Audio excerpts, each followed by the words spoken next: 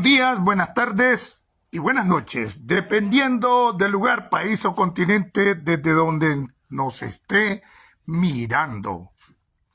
Bueno, vamos a transmitir este video que seguramente lo vamos a hacer en dos partes porque es muy extenso y porque no estoy en condiciones de transmitir como antes, pues que transmitía hasta 3 horas. Entonces, es posible que lo hagamos en dos partes. Vamos a ver el tema de cómo el Frente Sandinista, después de haber sido una organización gloriosa, heroica, en la lucha contra Somoza, se convirtió en una mafia. Y que la mayoría de los que fuimos militantes de esa organización no sabíamos, que confiábamos. Bueno, desde Estados Unidos, tierra de democracia, libertad y oportunidades, les habla Marlon Gerardo Sáenz Cruz, y desde el programa Nicaragua Somos Todos les habla el Chino Enoc.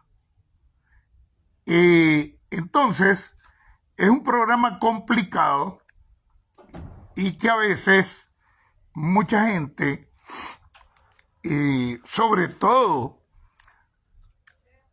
adversarios que hoy se hacen pasar por opositores y son elementos de la seguridad del Estado, que hoy la seguridad tiene en la misma estructura. Antes la seguridad del Estado era solo la contrainteligencia, ¿verdad? Que la contrainteligencia es el organismo en cualquier país que se encarga de enfrentar la actividad de inteligencia dentro de ese país de las inteligencias de otro país.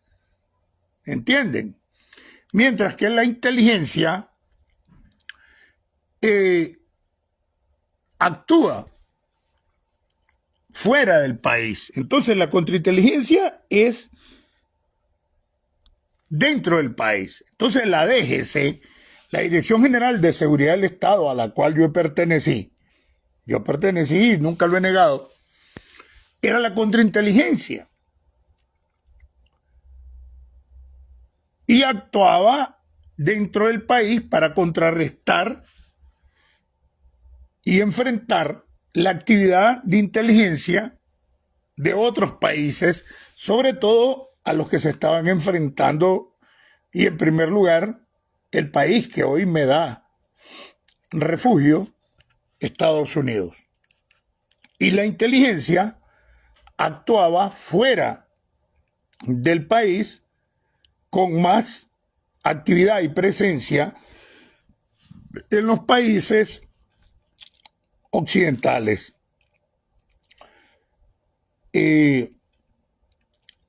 Con esa experiencia es que a veces yo le explico a la gente muchas cosas. Recientemente, dentro de los 222, hay 6 personas que me atacan. No se atreven a atacarme en público, pero sí lo hacen dentro del grupo privado de WhatsApp de los 222, porque no quieren que yo esté diciendo lo que digo cuando la encaban o cuando no hacen nada los dirigentes reconocidos mediáticamente de la oposición. Y no es que yo venga a atacarlos y los apoyo, sino que yo doy ideas de lo que tienen que hacer, pero no están haciendo prácticamente nada. Entonces ha comenzado una campaña. Pero después de que revelé los nombres de los participantes en el asesinato del deportista más popular y que puso en la escena mundial a Nicaragua, Alexis Argüello. Hasta de su hija recibía ataques, porque anda en el enfrentamiento ideológico de izquierdas y derechas. No sé por qué. Con esto ha incrementado los ataques hacia mí desde el 25, que di a conocer los nombres de los participantes en el complot para el asesinato del tricampeón Alexis Argüello y alcalde de Managua. Y ustedes vieron el video y comienzan a decir que por qué doy tanto detalle y sé tanto detalle. La única manera, dice, que el chino haya denunciado tantas cosas con tanto detalle es porque estuvo allí. Los que me están atacando. A la cabeza de este grupito que me ataca está alguien que venía entre los 222, que todos sus familiares directos ocuparon cargos hasta de viceministro en los años 80. Y a él le permitieron evadir el servicio militar. Y son personas de los que se le dicen de sangre azul. Entonces, con la denuncia y revelación que hice de el asesinato de Alexis y los participantes, y que fue el magistrado José Luis Villavicencio quien le pegó el tiro en el pecho, se ha incrementado el ataque contra mí, y extrañamente de gente que se dice opositora, que sigue denunciándome diciendo que yo era paramilitar, cuando todos los que me miraban en Nicaragua saben que en todas las protestas de 2018 estuve haciendo videos prácticamente todos los días desde mi casa y creyendo en el cuento de los que estábamos intoxicados ideológicamente de que la rebelión del 2018 era un ataque o un golpe imperialista. Porque así nos habían intoxicado ideológicamente. Entonces, yo sé que muchos están aquí porque yo creo que no están tan preocupados en que yo les cuente cómo el FSLN, la estructura de mando del FSLN, se convirtió en una mafia. Pero yo creo que es conveniente porque el mayor porcentaje de las intenciones de mi programa está dirigido a los sandinistas, los que ya abandonaron a Daniel, que es la mayoría, pero tiene miedo y está dentro de Nicaragua, y varios, un porcentaje considerable, que apoya a Daniel, pero que no se ha manchado las manos. Porque quienes tienen las manos manchadas, tendrán que responder. Y por eso yo he dicho que mucha gente inventa de que yo era paramilitar cuando no podía caminar en el 2018. Y entonces he manifestado que en una Nicaragua democrática, con un poder judicial independiente, estoy aquí dispuesto a someterme a la justicia y que me demuestren que yo fui paramilitar. Sé que no lo van a hacer porque nunca lo fui.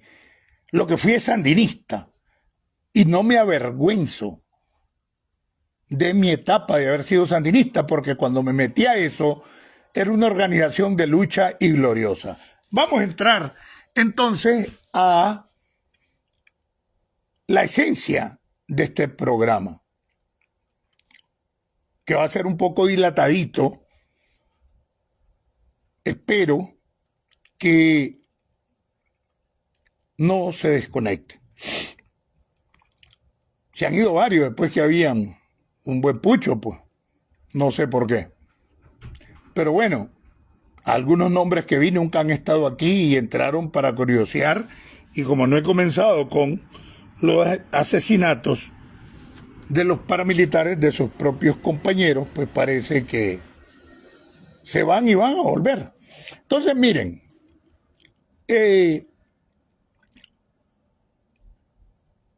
vamos a hablar de cómo se convierte en una mafia el Frente Sandinista de manera rápida. Y después vamos a hablar mayormente del asesinato de Bismar Martínez, que fue asesinado por paramilitares organizados por el Frente Sandinista y fundamentalmente desde el Ministerio de Transporte e Infraestructura, y que uno de los que participó en organizar esa estructura paramilitar es viceministro de ese mismo Ministerio de Transporte. Y si no da tiempo, vamos a tocar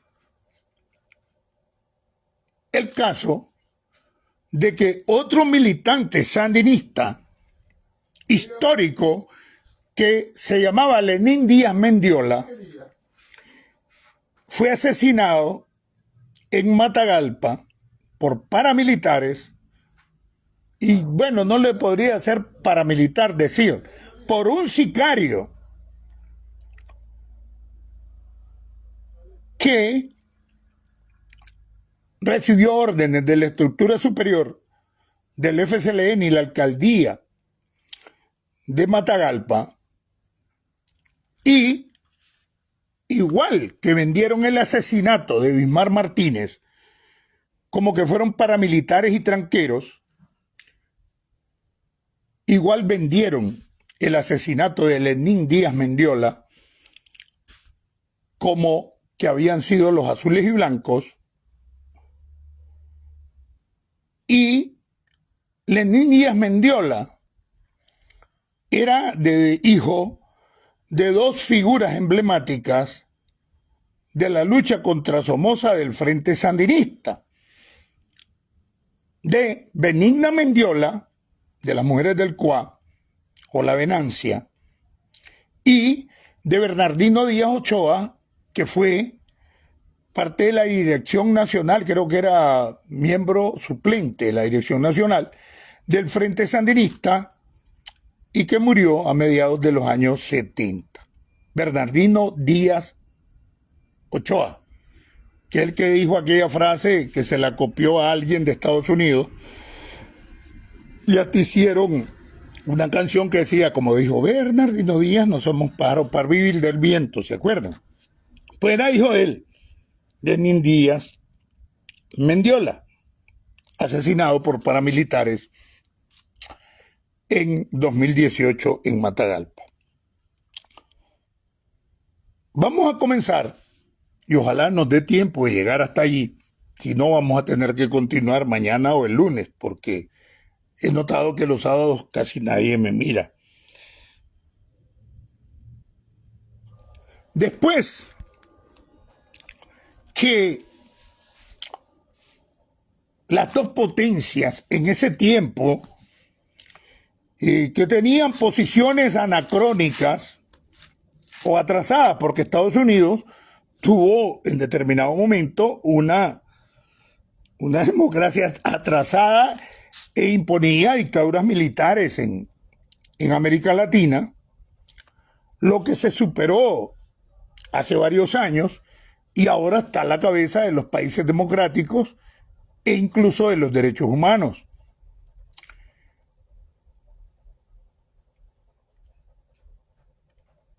A la contra, creo que lo expliqué una vez, le estaban dando el color, porque es verdad, de asesinos, degollaron campesinos, quemaron contrarrevolución, ¿verdad? Quemaron comunidades. Pero el ejército sandinista estaba cometiendo los mismos atropellos o a lo mejor superiores desde el poder. La contra era financiada por Estados Unidos y la mayor parte del financiamiento del gobierno sandinista en los 80 provenía de Rusia.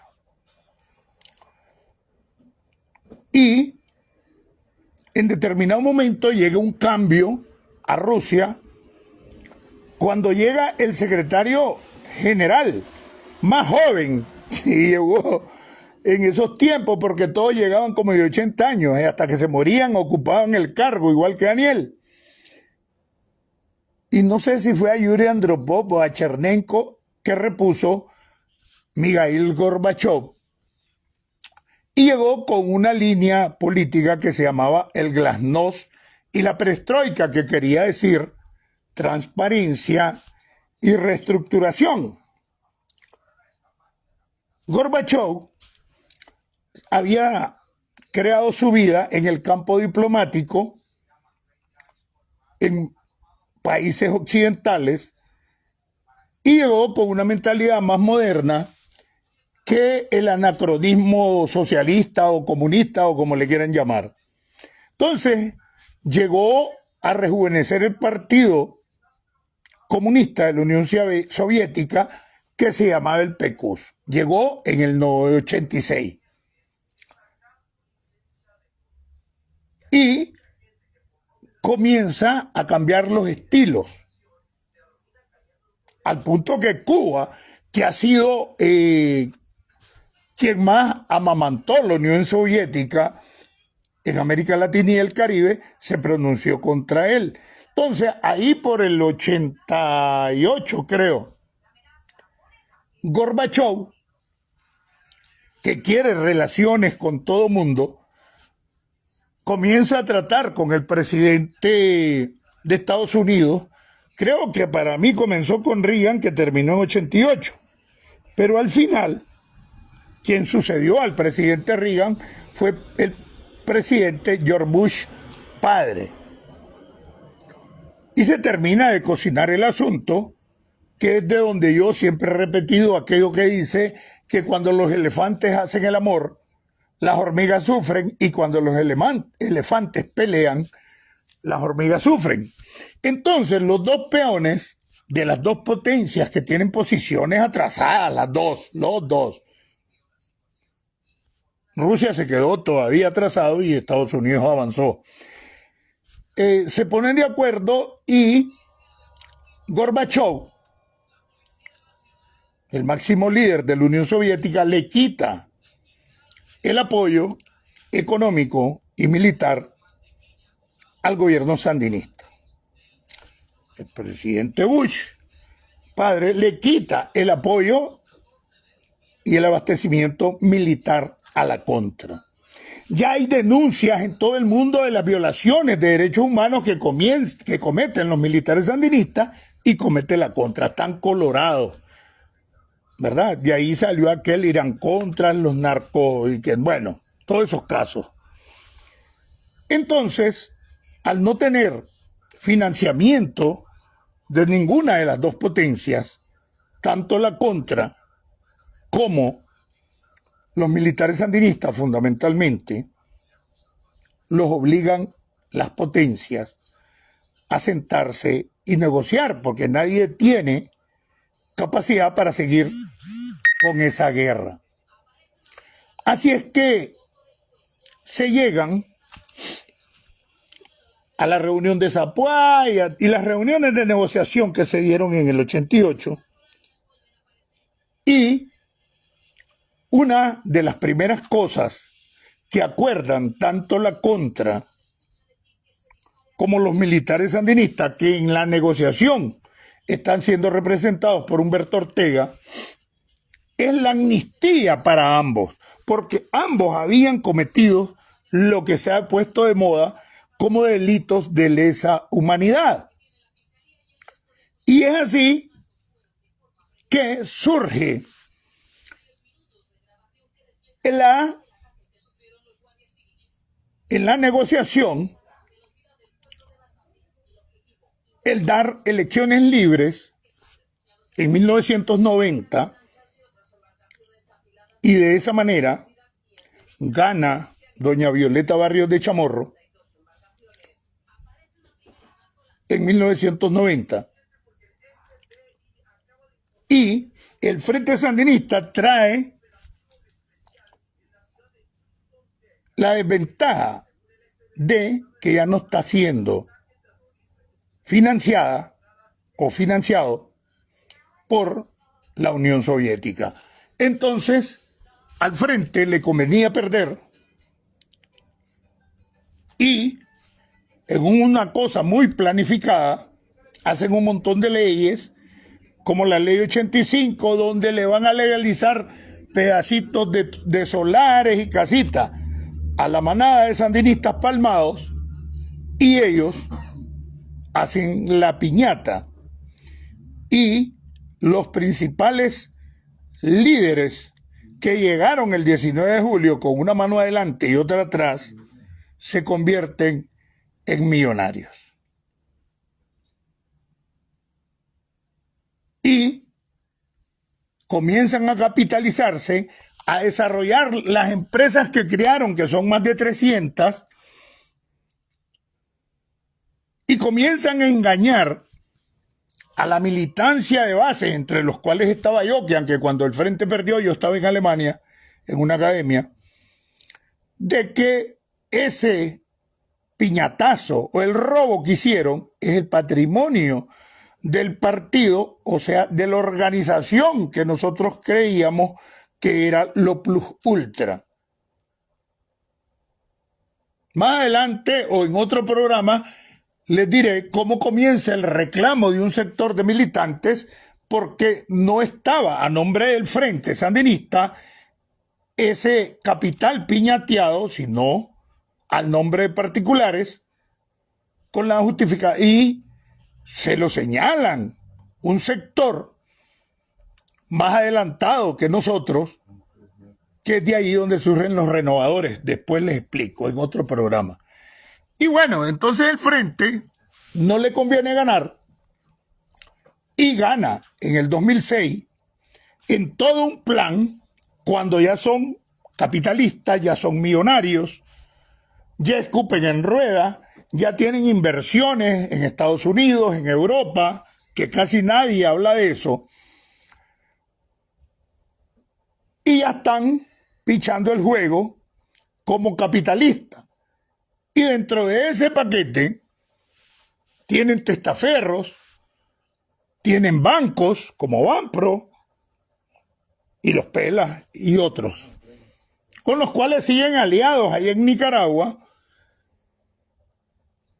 Y cuando ya tienen el color de nuevos burgueses y que pueden jugar dentro del campo capitalista y ya no son anticapitalistas, deciden que ya es el tiempo de volver al poder. Para eso ocupan a Arnoldo Alemán y no por el pacto y por la piñata, porque si no iba a caer preso Arnoldo Alemán. Arnoldo Alemán había sido reclutado, igual que Wilfredo Navarro, por la seguridad del Estado en 1979. Y hace el supuesto pacto y lo que estaba cumpliendo es una misión como agente de la seguridad para que no lo echen, para que no lo condenen, porque lo echaron preso de mentiras con la Juana Méndez de juez, que fue compañera mía en la seguridad, ocupábamos la misma oficina. La Niquirana le decíamos. Y revelan la Huaca, y la Huaca también va entre un plan que otro día explicaré. Y con eso entonces Arnoldo se vio obligado, para que no lo condenen, en hacer el pacto para cubrirle de que era un agente de 1979 y hacen el pacto porque si no van a caer presos por los robos de la Huaca. Otro día les explicaré sobre Enrique Bolaños, porque yo atendí el concepto como seguridad del Estado. Entonces, Y por otro lado, para siempre encubrir el plan, sale el caso de las monjitas ya. Y bueno, y sale Montealegre, después de Bolaños, en las elecciones del 96, Arnoldo amarra con el frente bajar del 40 y pico al 35% para que gane el que saque esa cantidad o más en las elecciones del 96, siempre y cuando tenga el 10% más que el segundo lugar. Extrañamente, por no decir planificado, Daniel, saca el 38.5%, que ha sido el techo histórico del Frente Sandinista entre el 38 y el 40% desde el 90 de votos. Y no cuentan entre el 10 o 12% de los votos, y sin contar esos votos, se declaran ganadores, y como ya están amarrados con Montealegre, que ahí está en Nicaragua y nadie lo ha tocado, y sin contar entre el 10 y 12% de los votos, que todo el mundo lo sabe, entonces le sacaban un poquito más del 12%, del 10% de ventaja a Montealegre en el 2006. Pero lo más extraño es que Montealegre, con uno que está allí en Monteverde, en la mañanita del siguiente día, del domingo de las elecciones del 2006, o sea, lunes, llegan a felicitar a Daniel declarándose ganador, cuando no se ha contado los votos entre el 10 y 12% del país. Y fue la única manera, porque si salía a luz público esa cantidad de votos que no se han contado y que todavía no se ha publicado el conteo de esos votos, tenían menos de una ventaja del 10%, que es lo que se había planteado en el pacto, que de 35% siempre y cuando tengan más del 10% o el 10% arriba del segundo lugar. De esa manera se hace el fraude del 2006 y hasta hoy no se han contado esos votos, y de esa manera Daniel Ortega y su camarilla vuelve al poder. Posteriormente a eso sacan el caso de los CENI y a nadie echaron preso. Es la verdad. ¿Cómo me doy cuenta yo que comienzan a convertirse en una mafia? Yo seguía diciendo que el Frente Sandinista era muy vivo, que maniobró bien, porque amaba esa organización revolucionaria, que estábamos dispuestos a dar la vida por el pueblo. Estando un día, creo que fue en 2012, sí, 2012 o 2013, alguien que se llama Bayardo Garmendia, un bandido, pero que era amigo mío, lo conocía desde chavalo, y creo que tiene dinero, era palmado, pero llegó a tener dinero y tiene dinero, pero era mi amigo, y entonces me llama un día porque tiene un problema. Y la verdad que era injusto lo que le estaban haciendo. Se había separado de la esposa lo acusó de que la golpeaba y la pateaba. Y el hombre tiene una prótesis total de la pierna, entonces no puede patear. Entonces, le montan el muñeco y querían sacarle reales. Entonces, Lenín Serna, que es el cerebro de Daniel junto con Humberto, que eran los dos cerebros de Daniel, ubica a sus principales figuras dentro de los organismos de mayor importancia en el país. Tiene un agente que creo que ya les expliqué, o otro día les voy a explicar, que era el que venía procurador de Arnoldo, procurador de Bolaños, que era un agente de la seguridad, y eso lo sé porque vi el expediente, que era Julio Centeno Gómez. Y como el asunto del pacto, entonces van mitimita, ¿va? Entonces nombran a la Ana Julia Guido, a quien conocí en la guerrilla, como Xochitl, como fiscal general adjunto, y al otro ya viene de fiscal general supuestamente liberal, pero es un agente de hacía años de la seguridad, igual que Arnoldo. Y Lenin, que es una fiera, y que prácticamente controlaba todos esos nombramientos, pone a un oficial de la seguridad del Estado que trabajaba conmigo, y creo que él fue el que me entregó el COSEP cuando yo pasé a atender el COSEP como contrainteligencia, que es Armando Juárez. Ahora es magistrado de la Corte Suprema. Yo paso a trabajar en alguien que era el abogado de Daniel, el que lo defendió en el caso de la Zoila América, y paso a trabajar con él como abogado de su bufete. Pero Gallardo me llama, Gallardo Garmendia, de manera particular, pero no quiero que relaciones el caso porque me van a cobrar un montón. Entonces yo hablo con Moncho Ramón Rojas Méndez, y le digo, mira, tengo un caso, pero el más es mi amigo.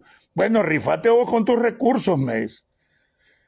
Entonces, miro que el caso es que es injusto, pues, y entonces ya Lenin tiene como inspector, que es el tercer cargo en importancia dentro de la fiscalía, que son los acusadores, Armando Juárez, hoy magistrado. Entonces me fui a buscar a Armando para explicarle que el caso era injusto y que como inspector que miraba, que controlaba todo, como dicen la disciplina de la fiscalía, pues le dijera a los fiscales que bajaran el gas contra Gallardo.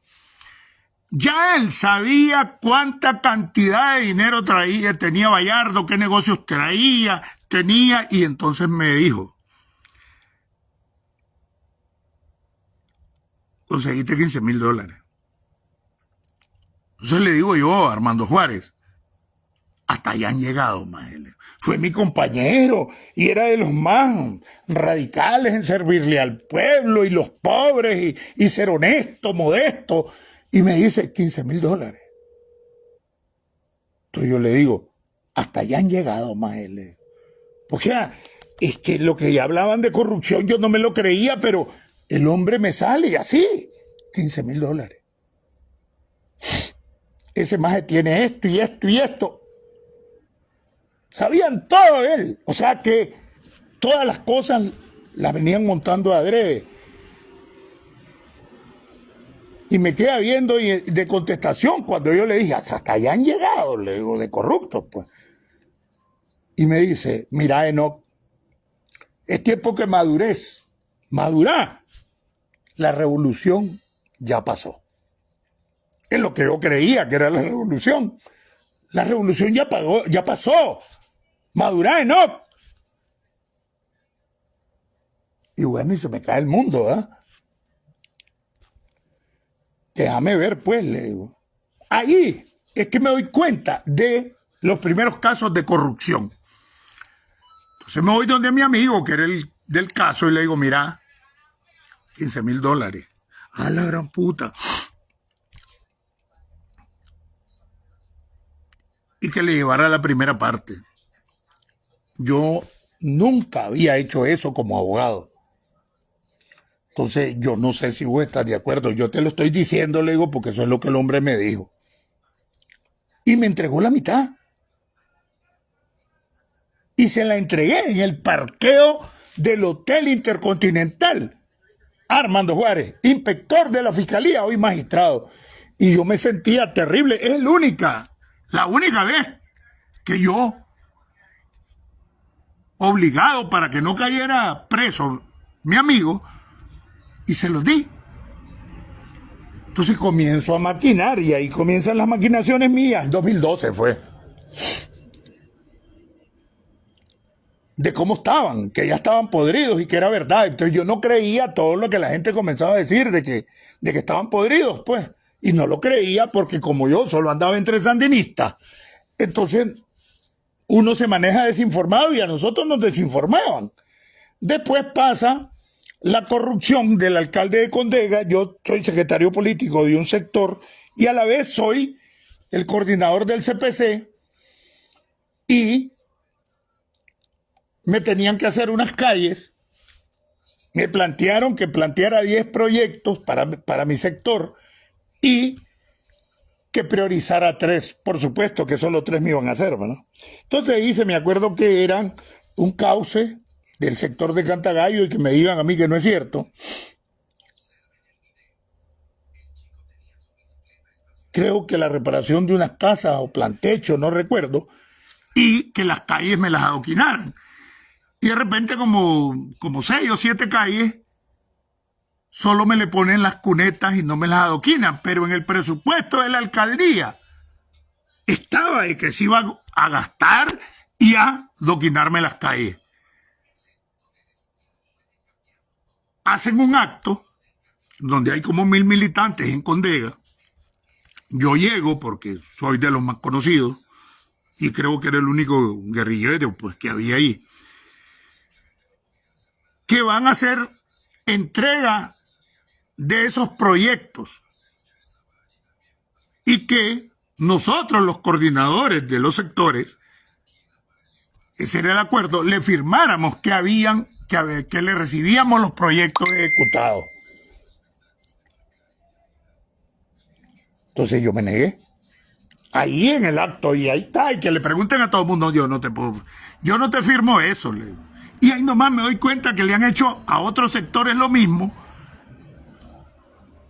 y no lo firmé.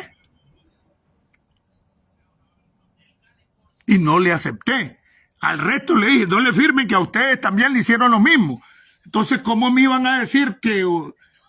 es que hicimos unos vados. Vados ya saben lo que es, ¿verdad? 1 metro de ancho por 6 de largo que cruza la calle para que el agua pase de una cuneta al otro. Y por ese vado no me ponían 100 metros de adoquines por cada cuadra de arena adoquín. Era un robo descarado. Entonces les dije que no. Y ahí en el público les dije, esa es corrupción. Entonces, fue el año que el Frente Sandinista me marginó, 2012. Y me quitaron el primer cargo de secretario político. Y después, como yo estaba en Managua y solo atendí el territorio gratis, sin ganar, viernes, sábado y domingo, porque mi oficina en Managua y mi casa y mi esposo y mis hijos vivían en Condega.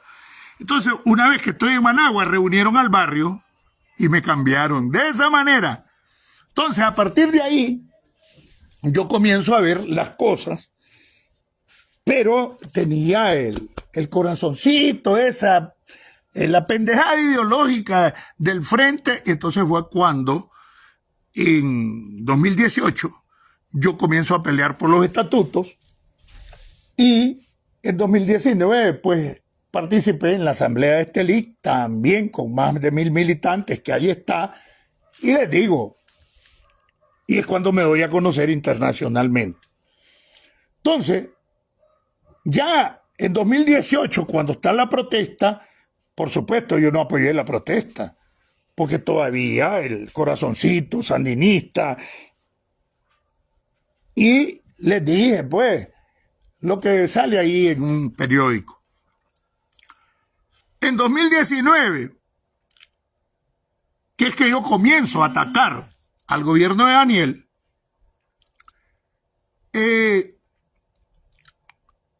y le da Chayo, ya hay gente presa de parte de la oposición.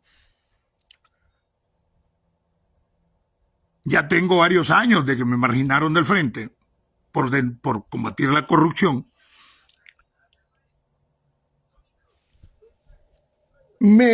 Cuando yo decido hacer eso en 2019, que es cuando me comienzo a enfrentar con la Chayo, es porque me fijo de que los que habían sido paramilitares, yo no pude haberlo sido porque no podía caminar por mi cuenta.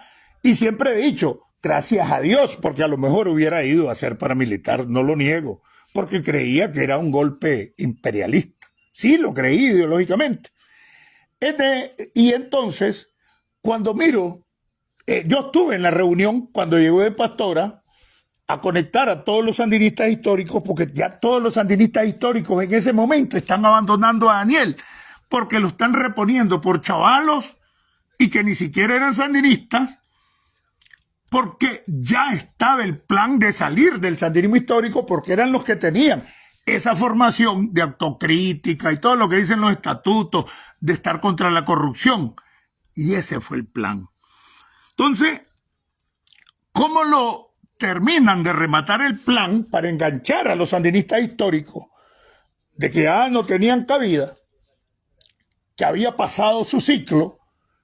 Entonces, el sandinismo histórico era representado dentro del Frente Sandinista por Lenín Serna, que dirigía los comandos electorales, que hacía las estrategias de elecciones y todo eso.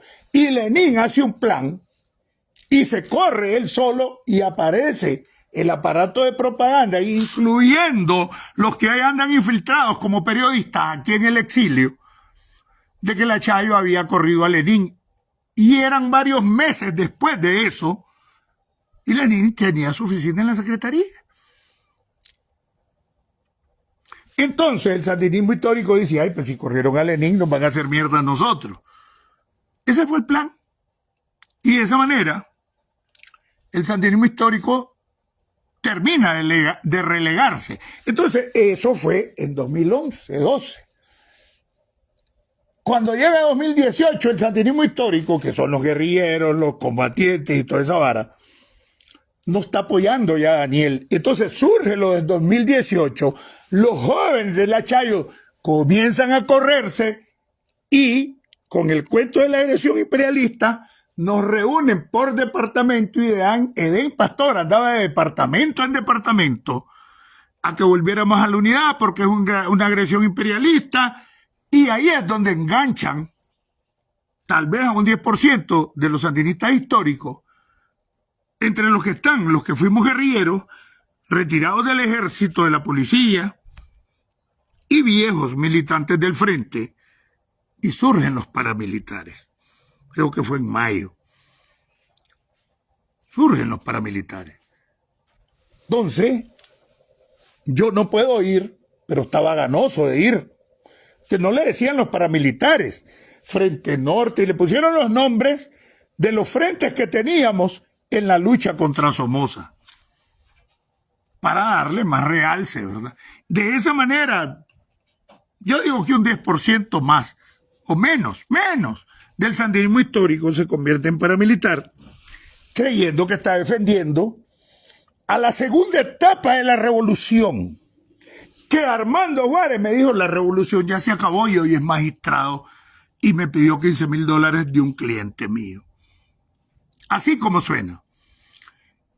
Cuando va terminando 2018 y yo miro que ya, bueno, ya habían destrancado, ya el país está tranquilo en manos nuevamente de la Chayo y de Daniel y su grupo, hombre, y miro que los mismos pendejos del sandinismo histórico siguen en la calle, sin trabajo, comiendo mierda.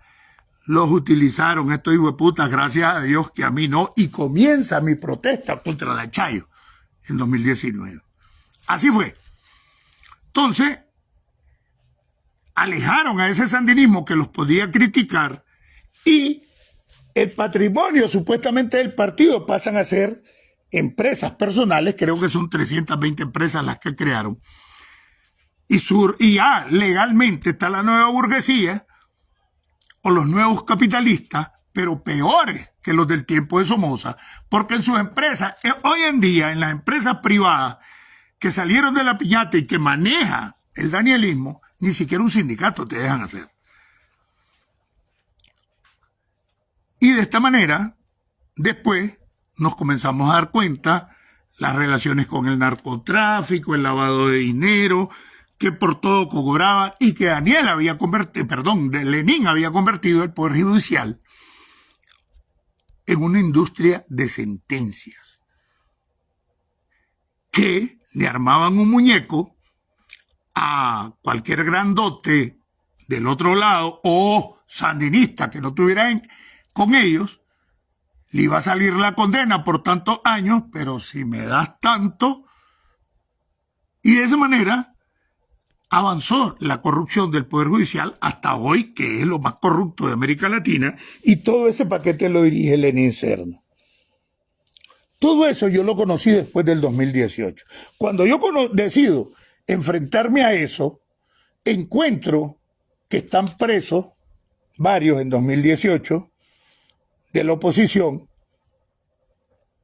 y tomo la decisión porque ya el sandinismo histórico se está quejando del chavismo y todo el mundo dice chavismo en la estrategia de que ante el sandinismo histórico Daniel quedara bien y que todo era culpa del Achayo y que los sandinistas históricos estaban relegados por culpa del Achayo, pero en una distribución de funciones que le he venido explicando.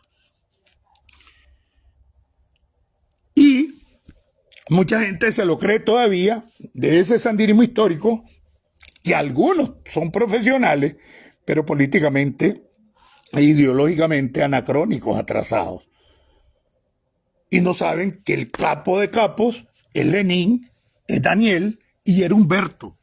Un día les voy a decir todo. Humberto se prestó a ese juego porque se iba a morir, porque ya no se salvaba, porque estaba enfermísimo y lo que tenía no se iba a salvar. Siempre le anduvo lavando la cara al hermano y es el creador de la alianza del Frente Sandinista o del danielismo con el Gran Capital. Otro día vamos a hablar de eso. Entonces,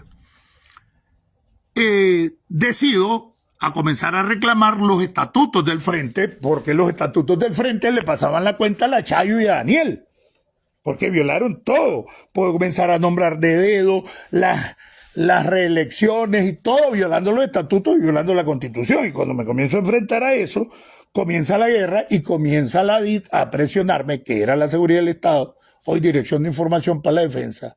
Me mandan al sicario de Honduras, no me convencen, no les bajo los huevos. Entonces deciden llamarme al más alto nivel,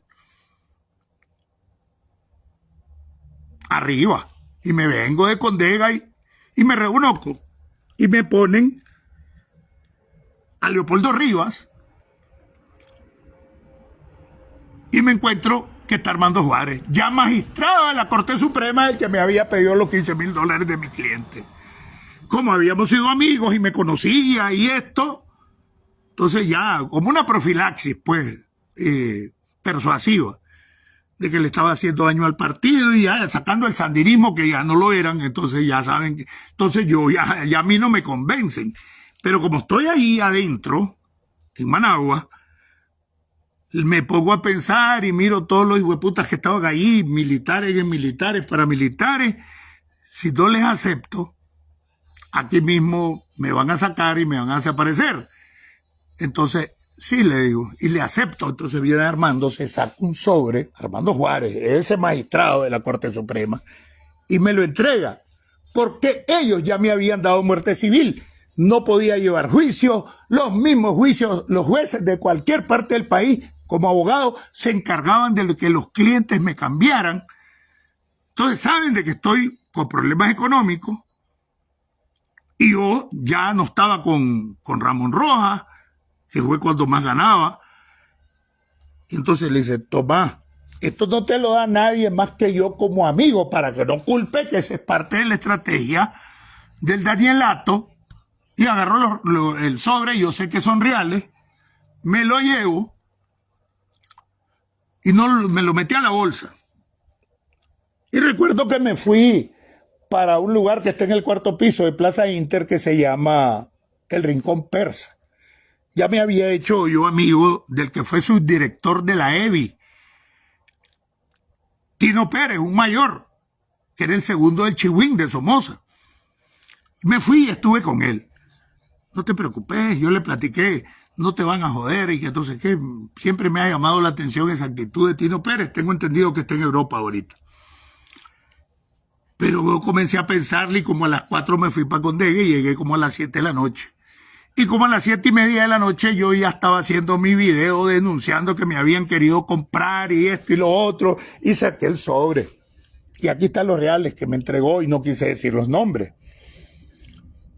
Bueno, ya después lo que saben, me rodeó la policía un mes completo y bueno, mi prisión, me condenaron a 12 años y medio y ahora estoy aquí. Entonces, de esa manera, se convirtieron en una mafia y aislaron al sandinismo histórico para que nadie les reclamara y hoy son grandes empresarios aliados del gran capital en Nicaragua, que hasta algunos que están aquí, dirigentes empresariales, estaban comiendo en el mismo plato hasta el 2018.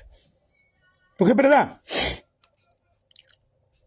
Y ahí siguen los empresarios grandes en Nicaragua, aliados con ellos, los Pelas, los Zamora, los Gurdián Ortiz, y algunos son testaferros. Entonces, surge lo del 2018, llega EDEN, yo no puedo participar porque no puedo caminar, y en ese vaivén surge, está tomado Jinotepe, está tomado Estelí, está tomado, bueno, casi todo el país con los tranques.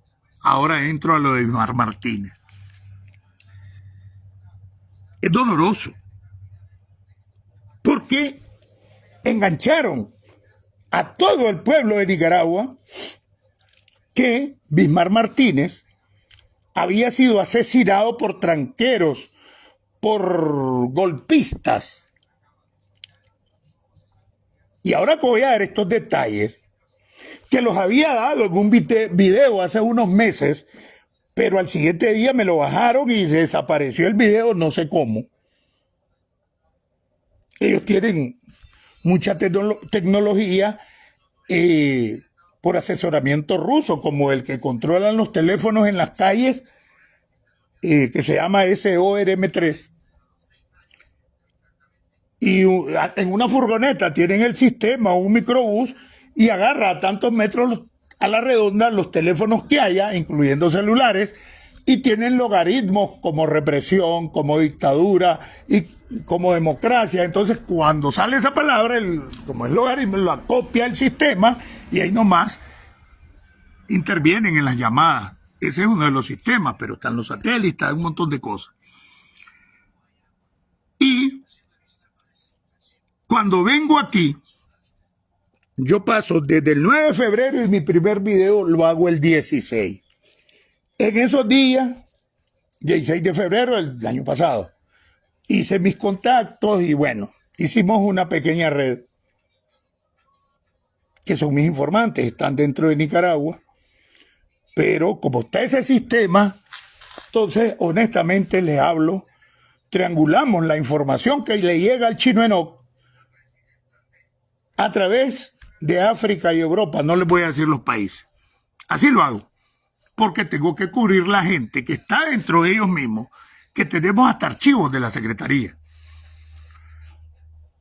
Y los interesados, como esos 6 de los 222, y un grupo que usa nombres falsos como Charlie Noticia, bueno, hay uno que sí, que se llama un Saen Cohen, trabaja con ellos, porque anda desprestigiando. Entonces, todo lo que yo revelo le hace más daño que cualquiera de esos líderes a la dictadura. Entonces, ¿cómo van a aparecer opositores que quieran callarme o demeritar lo que estoy haciendo? Trabajan para la dictadura. Entonces, ese grupo está en Twitter, hoy X, está en YouTube, y yo los tengo ubicados a todos. Pero no me van a parar. Lo que están utilizando ahora, bueno, es de hace rato, pero ahorita lo incrementaron después del video de a conocer los asesinos de Alexis, es mi familia. Y hay una parte que no le he podido sacar de Nicaragua. Y cuando anuncié hace como 5 días que iba a hablar de esto, pues se incrementó la amenaza de manera sutil. Hasta un pariente mío tocar fuera del país, que está fuera de Nicaragua. Entonces, entremos a lo de Bismarck.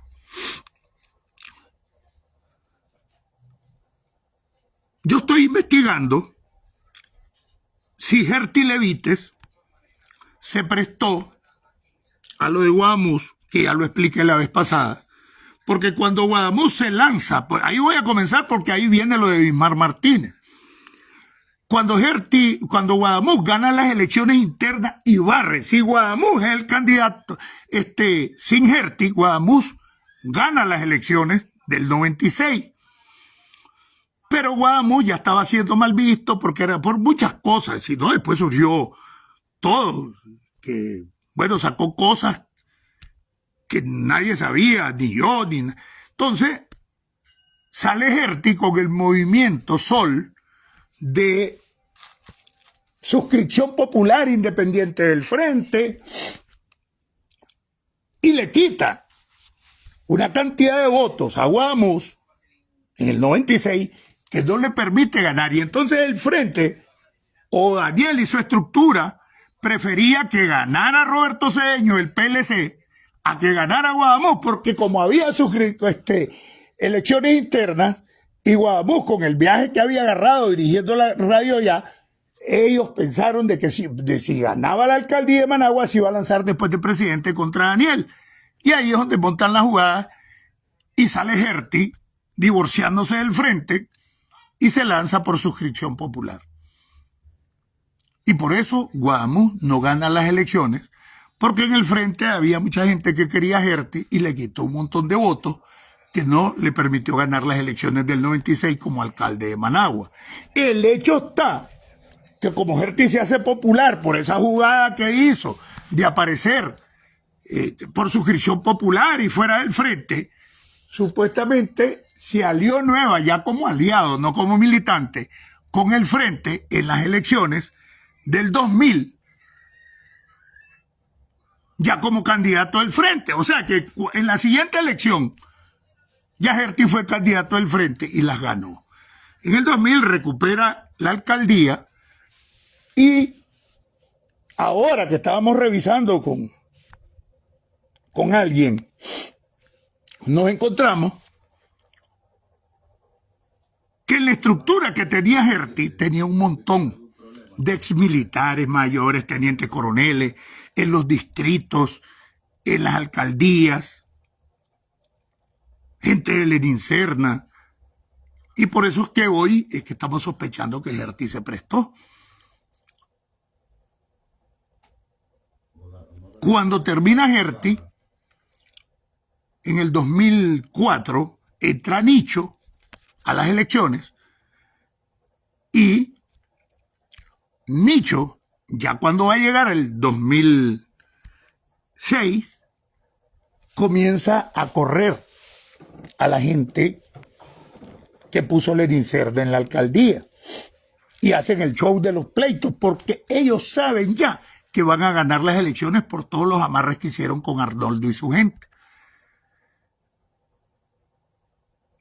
Abismar Martínez,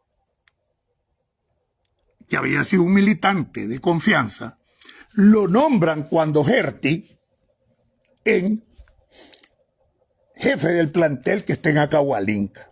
O sea, tenía un buen cargo. Plantel de la alcaldía de Managua, que es más grande que cualquier ministerio. Y entonces, Nicho lo saca porque sabe que es de esa estructura de viejos y que el nuevo plan del Frente es mandar a la porra a los viejos antes de ganar las elecciones. Días antes, pues. Y lo mandan prácticamente de posta a la Chureca. Aquel se deprime, después de ser jefe de un plantel, estar de posta en la entrada de la Chureca, como era medio disciplinado, no se va. Llega 2018, todo ese tiempo ha transcurrido, y cuando está el 2018, en la Secretaría del Frente, citan a viejos militantes, exmilitares, militantes que no eran militares, de la seguridad, de la policía, retirados, y encabeza la reunión Jorge, el Cuervo Guerrero, que decían que cayó preso. Mentira, ahí está, el Cuervo Guerrero, que es del círculo de confianza de Daniel y era el que le llevaba chavalitas, porque Daniel es pedófilo y siempre le llevaban chavalitas. Ese era uno de los rufianes que hacía eso. Entonces, como van a desarrollar el movimiento paramilitar, es a inicios de junio. En la Secretaría reúnen a toda esa gente en un lugar que le dicen El Cajón, ahí en la Secretaría del Frente, en el Carmen, pues. Entonces, varios dijeron que no podían incorporarse porque ya estaban viejos, y Bismarck expone problemas de salud. Entonces, 3, 4 que no aceptaron incorporarse a los paramilitares, inmediatamente expediente, ¿verdad? Ojo, y hay un equipo especial que le dicen el grupo especial en la Secretaría, que es el que dirige Lenín Serna, y que está en lo que se conoce como el Departamento de Organización o la Secretaría de Organización del Frente. Ahí solo hay viejos. Y en la Secretaría solo hay viejos. Por eso el cuento de que la Chayo le daba la oportunidad a los viejos es un cuento, es que quería salir de los viejos, pero los que quedan dirigiendo es la mafia de los viejos. Y de esa manera, Bismarck comienza a ser mal visto, no acepta incorporarse a los paramilitares en junio, pero Bismarck tiene una hija en Jinotepe. Como Jinotepe está tomado y él no se ha incorporado a nada, él decide, creo que fue el 28 de junio, ir a Jinotepe a ver a su hija, ¿verdad? Porque está tomado por los protestantes. Antes de eso, se comienza un movimiento de tranques falsos y contratranques. Y en este movimiento, que se crearon, creo que 2, por las praderas y la salida Matiguás de Matagalpa, creo que el de Estelí, tranques falsos. ¿Qué quiere decir un tranque falso? Que se hacían pasar por protestantes, pero eran paramilitares los que estaban en esos tranques falsos. Y, ¿cómo se llama? Ya les digo cómo se llama, por aquí tengo el nombre.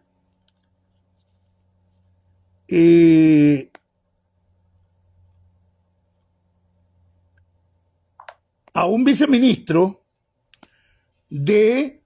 bueno, en este papel de paramilitares y tranques falsos, el Ministerio de Transporte jugó un papel y a la cabeza ese general Mojica, que es el ministro de Transporte. Y se llama Félix Granado Echegoyen, actualmente viceministro. Un ex capitán de corbeta de la Marina, viceministro del MTI actualmente, ese Félix Granado Echegoyen, creo que él es, sí. Y esto, junto con uno que le decían el Coto Clifford, mafiosos, creo que son de San Judas, les ordenan armar los tranques falsos del crucero, ahí donde está el monumento a Jorge Salazar, y el tranque falso de las esquinas que estás antes de llegar a Iriamba. Y estos piches del MTI con ese viceministro se encargan de esa misión. Creo que en ese tiempo no era viceministro, ¿eh? Ahora es viceministro, los pagos de estos servicios. Entonces, ¿ustedes se acuerdan cuando Rolando Álvarez lo pararon en el crucero que dijo, la patria se respeta, a unos transportistas? Quien lo estaba deteniendo es el falso tranque del crucero. Entonces, desactivan el del crucero y todos pasan a concentrarse en el tranque supuestamente de protestantes de las esquinas. Hay un policía, Felber, no recuerdo el nombre ahorita,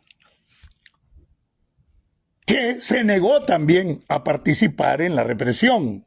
Lo echaron preso, lo torturaron y apareció muerto cerquita de ese tranque. Y le echaron el clavo a los tranqueros.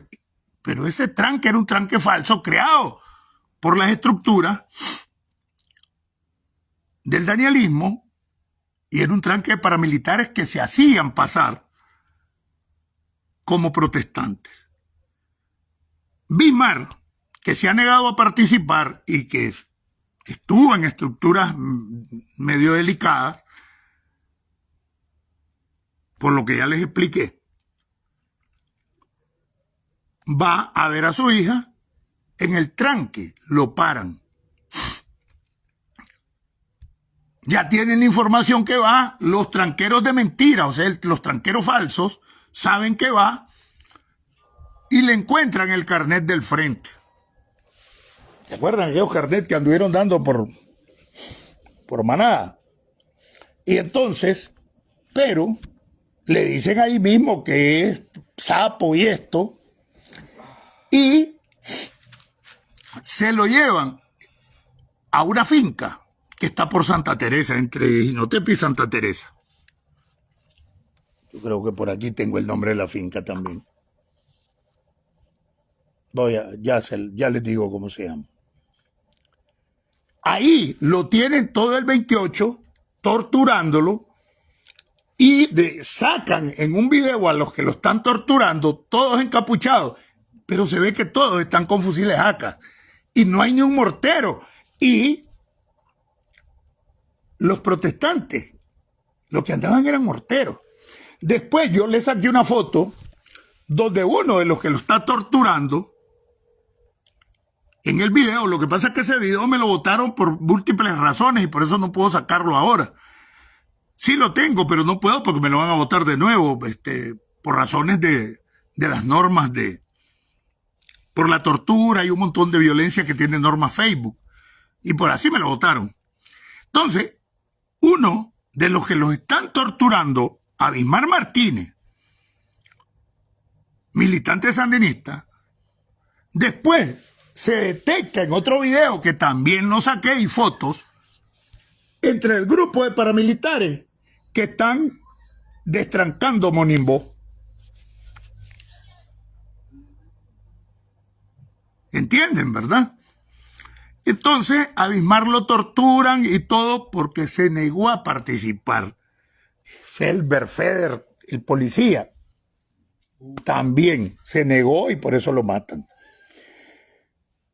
Matan a Abismar, lo entierran ahí en esa finca, el 29, o sea que pasaron todo el día 28, lo torturaron, lo hicieron, y lo que aparece en los videos, torturándolo ellos mismos, y ellos lo hicieron pasar como paramilitares, pero después se hicieron estudios técnicos de qué eran ellos, pues creo que por ahí los tengo. Lo asesinan y para cuando lo sacan, 1 o 2 días antes, lo pasan al Colegio San José, que le dan el color de que es el centro de operación de los tranqueros, y lo entierran. Después de varios días de estar enterrado en Santa Teresa, en una finca, lo pasaron y lo enterraron ahí, en ese colegio famoso, ¿verdad? Creo que es San José, que era viudas monjas. Y entonces ya después lo encontraron allí, y encontramos a Abismar, y aquí era donde estaba el centro de torturas de los tranqueros, y se lo llevan y lo ponen en el palacio. Ahí pueden buscar las fotos, le hice guardia de honor. Ahí estoy con la Brenda Rocha y todo, creyendo que era verdad los asesinatos y que lo habían asesinado los tranqueros. Después, a través de cierto archivo del puesto mando de la Secretaría, me doy cuenta cómo era, que un día va a salir a luz. Entonces, que está ahí afuera, pues, ni siquiera está en América. Y es por eso que yo me doy cuenta de muchas cosas, porque tenemos una estructura y una red de informantes que ellos mismos me enseñaron ese entrenamiento, pues. Y de esa manera asesinan a Abismar Martínez, lo convierten en un héroe y mártir sandinista. Creo que a la hija y a la nieta de Abismar le regalaron 20,000 córdobas. 20,000 córdobas al nieto. Y ya también ellos salen como los familiares de Abismar, el héroe y el mártir sandinista, y lo asesinaron a ellos porque no quiso participar con los paramilitares. Les tengo otro dato más. En esa reunión que se dio a principios de junio en la Secretaría del Frente, en ese lugar que le dicen El Cajón en la Secretaría, se presentó un equipo de las Fuerzas Especiales cubanas que son conocidos como las Avispas Negras. Y ya estando aquí en Estados Unidos, cuando tengo toda esta información a través de ese medio, es que me doy cuenta que era verdad de que habían cubanos participando. Y estuvieron ahí en la reunión de cómo se iban a formar los paramilitares, y es donde Bismarck no aceptó. Y les dice que es por problemas de salud. Entonces, la consecuencia de no haber aceptado participar en el paramilitarismo que se armó en 2018 es su muerte. Y lo pusieron como que era el tranque más violento que había, porque ahí también asesinaron a un rapacholi, que creo que se ha habido para el MRS, en ese mismo tranque.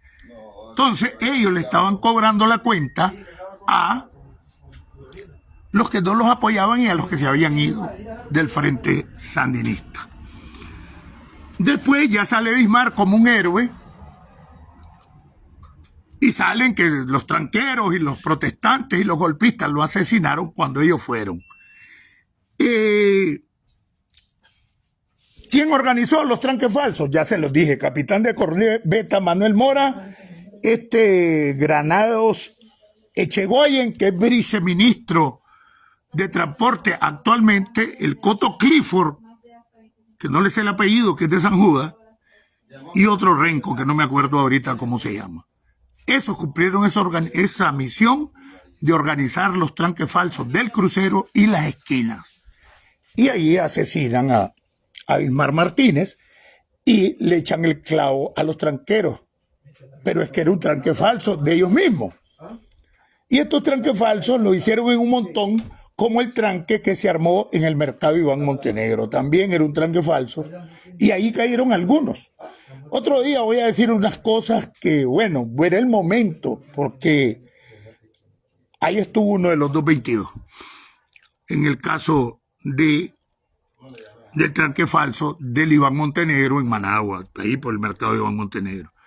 Entonces, y para terminar, pues repetirles de que es que tenemos una red y que tenemos penetración dentro de las estructuras del frente de gente que está inconforme, de sandinistas históricos y nuevos que vinieron conociendo estas cosas y que están en algunos archivos, algunos ya están fuera del país, los archivos, y esa es una red, y todo esto lo conocí aquí, porque muchos me dicen que por qué doy tanto detalle, porque he leído los archivos y porque tengo la información de gente que estuvo ahí. Entonces, así fue el asesinato de Bismarck Martínez. Después, voy a dejarles para después de cómo asesinaron a Lenín Díaz Mendiola, hijo de dos históricos de los años 60 del frente, y también se los echaron a Azules y Blanco en Matagalpa por orden de Sara Cheledón, Pedro Haslan y los máximos dirigentes del frente. Se llama Muriel Rodríguez el que lo mató, pero les voy a dar los datos, creo que ahí publiqué la foto. Entonces, eso por hoy no estoy en condiciones físicas de seguirles explicando, y dejaré la otra parte para un próximo video. Es más, quisieron armar un tranque ya el 17 de julio sobre la carretera norte para garantizar los pasos de la caravana del 19 de julio del 2018, que fue el último año que se celebró en la plaza el 19 de julio. Así funcionan esta mafia que hoy dirige el Frente Sandinista y que nos traicionó a los que casi dimos la vida por lo que fue la lucha gloriosa desde los 70. Bueno, amigos, desde Estados Unidos, tierra de democracia, libertad y oportunidades, y desde el programa Nicaragua Somos Todos, les habló Marlon Gerardo Sáenz Cruz. Sepan que amenazan a mi familia o a mí con mi familia para que no siga hablando. Ayer recibí la última donde me dijeron que bajaré el gas por mi familia. Tuve una crisis, no por eso, sino que estoy muy enfermo, bastante enfermo. No les puedo explicar qué es lo que pasa porque no quiero. Y tengan por seguro que yo nunca fui paramilitar. Y los que me vieron en mis videos en el 2018, todos vieron que mis videos y durante todos los días del 2018, que yo no apoyaba esta lucha, transmitía desde mi casa, enganchado, intoxicado ideológicamente, pero mis manos están manchadas de sangre. Estoy en la acera del lado opuesto de los que defendí y creo que estoy en el lado correcto de la historia. Y que la revolución hoy es la democracia donde podamos caber todos. Y que los que estén con las manos manchadas de sangre tienen que rendir cuenta. Y entre rendir cuenta, yo me he ofrecido por los que me critican de paramilitares y que son agentes de la dictadura que se hacen pasar por opositores para callarme, pues estoy dispuesto a someterme a la justicia en una Nicaragua democrática y que me demuestren que yo fui paramilitar. Sé que no lo van a hacer ni podrán. Desde Estados Unidos, nuevamente, Tierra de Democracia, Libertad y Oportunidades, y del programa Nicaragua Somos Todos, les habló Marlon Gerardo Sáenz Cruz, el chino Enoch. Patria libre para vivir. Viva Nicaragua pronto libre. Daniel, Zapera, Rosario, Chayal, que se rinda. Tu madre. Nos vemos en la próxima. ¿Por qué nada más te estoy pagando los $50 y